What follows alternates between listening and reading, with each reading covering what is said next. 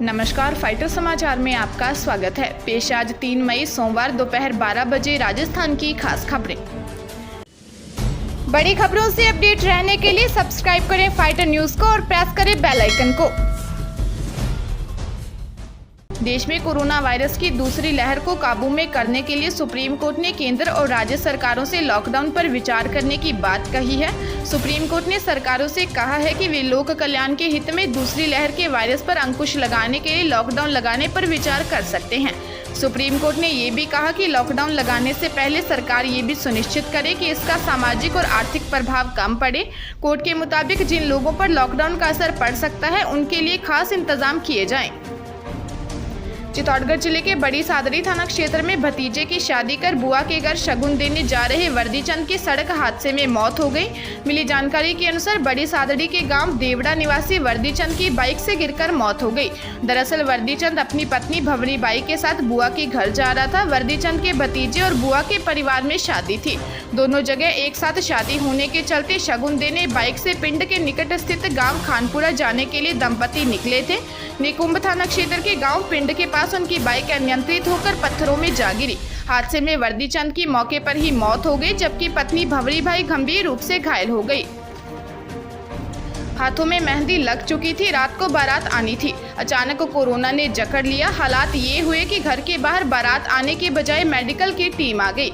उसने न सिर्फ दवाएं दी बल्कि क्वारंटाइन भी कर दिया, जिसके बाद विवाह कोरोना संक्रमण के चलते स्थगित कर दिया गया।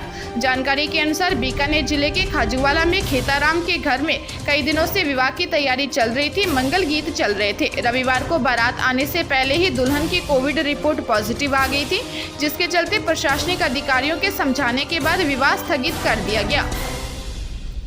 बीकानेर जिले की बज्जू थाना पुलिस ने क्षेत्र के नगरासर गांव में 65 वर्षीय गोवर्धन राम जाट का गिरफ्तार किया है। पुलिस ने बताया कि पिछले साल 20 सितंबर से 6 अक्टूबर के बीच पड़ोस में घर के आगे खेल रही 2 बच्चियों को चॉकलेट देने के बहाने अपने साथ नवनिर्मित सूने मकान में ले गया। वहां 9 और 10 साल की दोनों चचेरी बहनों के साथ दुष्कर्म किया था।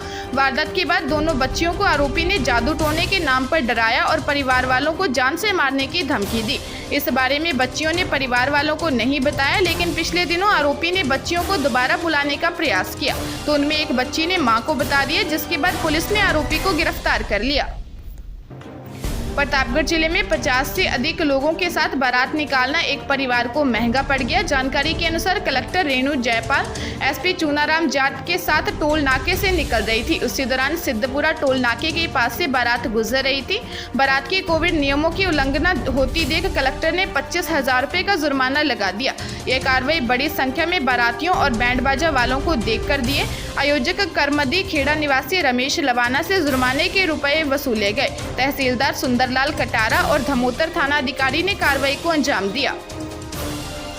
जन अनुशासन पखवाड़े में टोल कलेक्शन में 50% की कमी देखी गई है। जानकारी के अनुसार नेशनल हाईवेज और स्टेट हाईवेज पर वाहन कम ही दिख रहे हैं। जन अनुशासन पखवाड़े के पहले चरण में टोल कलेक्शन में 50% तक की कमी देखी गई है।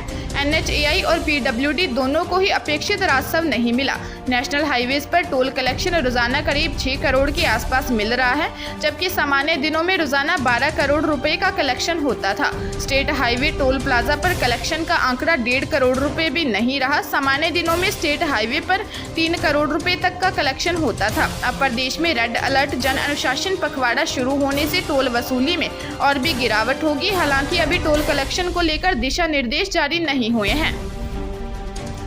कोटा में मेडिकल कॉलेज स्थित कोविड अस्पताल में हंगामा देखने को मिला। कोविड ओपीडी में मरीज को दिखाने आए परिजन डॉक्टर से उलझ गए।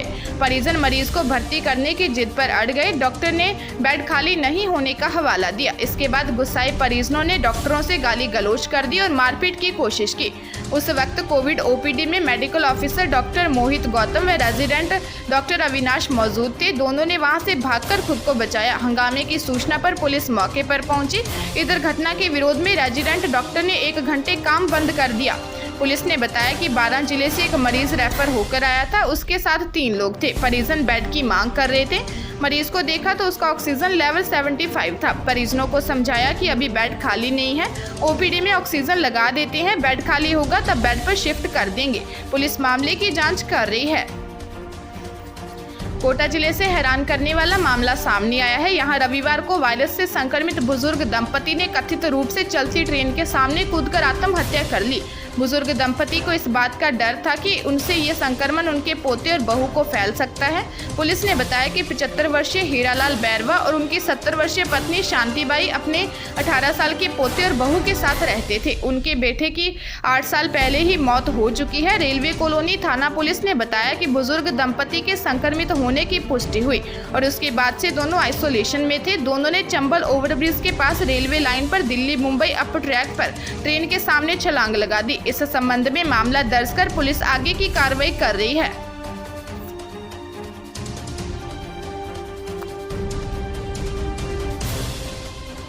ताजा तरीन खबरों के लिए फाइटर न्यूज को सब्सक्राइब करें और बेल आइकन को प्रेस करें ताकि नई न्यूज अपडेट होते ही आपके फोन की घंटी बज जाए।